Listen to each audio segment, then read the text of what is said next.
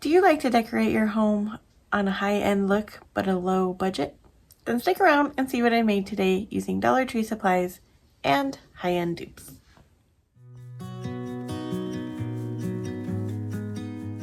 Today's video is part of a high-end home decor Dollar Tree challenge put on by David Owen Creates.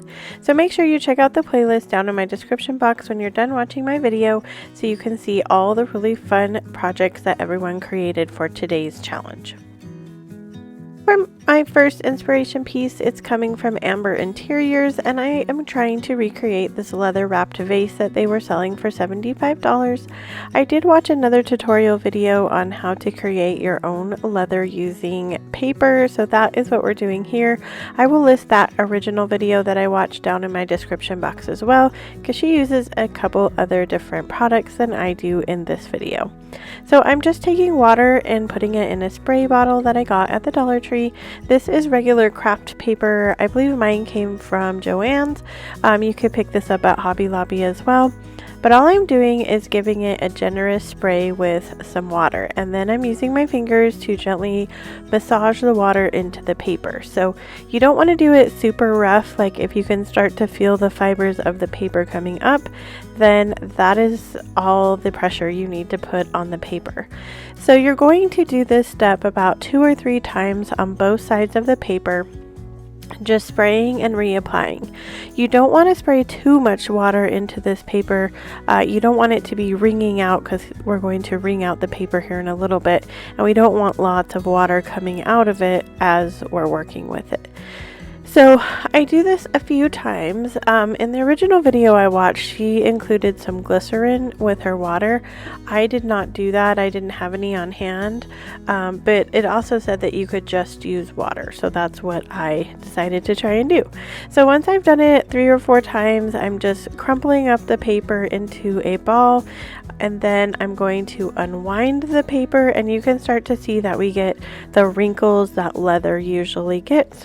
And then I'm just going to continue to repeat these steps 3 or 4 times. I think this whole process of creating the paper took me about an hour because there is some drying time involved. I just put mine in the sun and let it dry completely before I decided to work with it. This was a lot of fun. I think that I want to try and recreate this leather look with some other projects. In the original video I watched, she used some ink and she distressed it with some ink at the very end.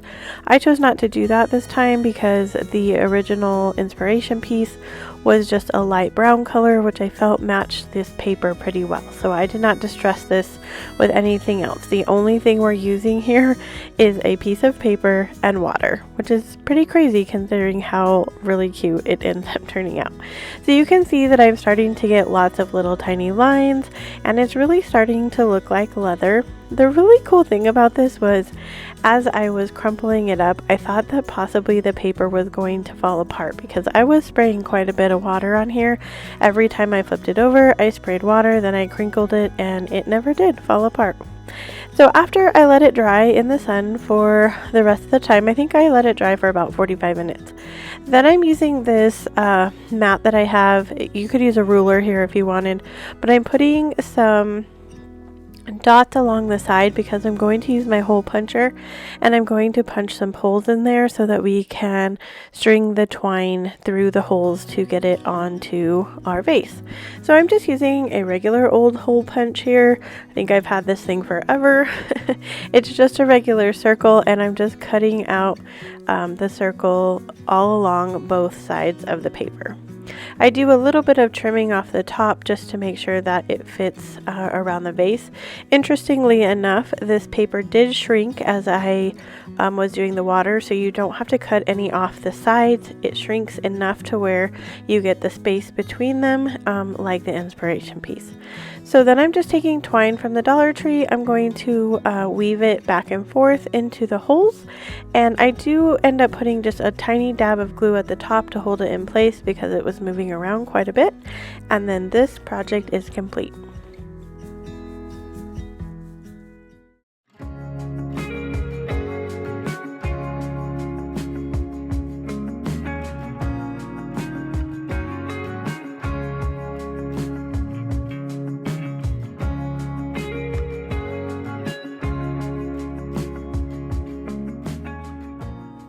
What do you guys think so far? Sometimes I'm totally amazed at what you can create with Dollar Tree supplies. Even I amaze myself. I'm not even joking about that. Anyway, if you are liking it, hit that like button and let's jump back in and see what else I created for today's projects. So my second inspiration piece is this set of 4 coasters. They are leather, they're made by Shop, and they were going for $45. I'm going to use these ceramic rounds that I picked up at the Dollar Tree during the springtime. I'm using that same technique with my paper, making it look like leather, and I went ahead and sprayed my ceramic coasters with some brown Rust-Oleum spray paint. Then I'm going to cut out the round, just tracing it and cutting it and gluing it onto the top. Now when I read the kind of description piece in the inspiration piece, it said that the more that you use the coasters, that they get the leathered look. So I thought that I would try it out and see if that actually happened with the paper, and it did. Like, I didn't have any holes in the paper or anything like that, and like when my cups were sweating and it was adding water, it did change the look of the coaster, and so it totally did exactly the same thing that the description said it would do.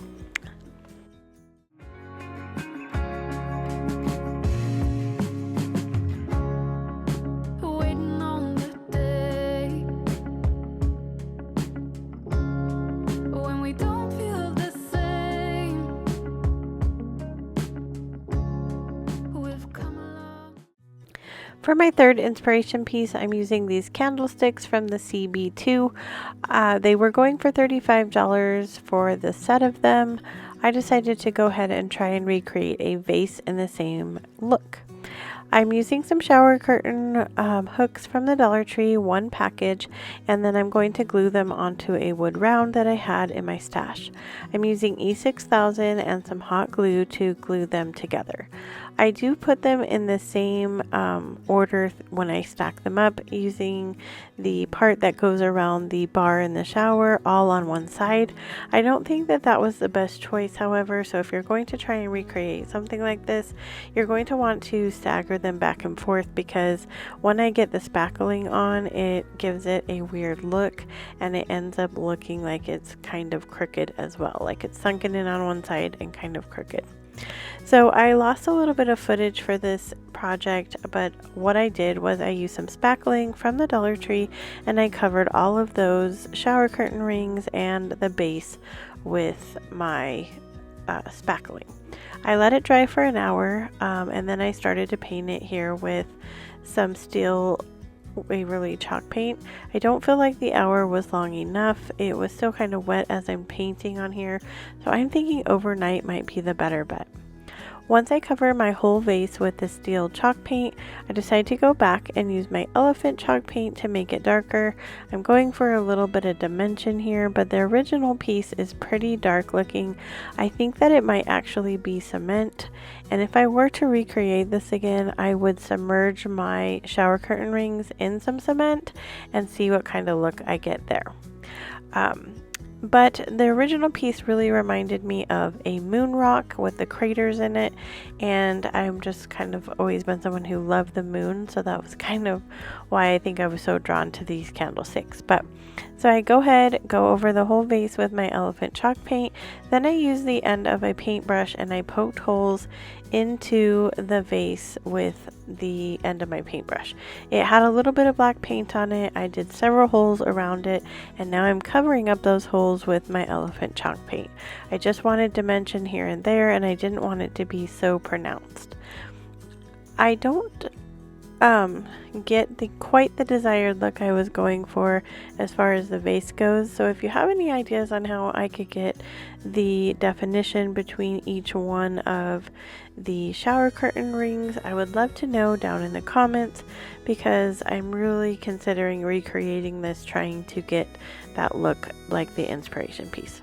But otherwise, once I cover this one more time with all the elephant chalk paint, then this project is complete. We've come a long way. Don't ever let it change. No matter where we go, Here we are at the end. I hope you enjoyed all of the projects today. I had a lot of fun making these. I always enjoy going through Dollar Tree and finding kind of odd items to create really beautiful things.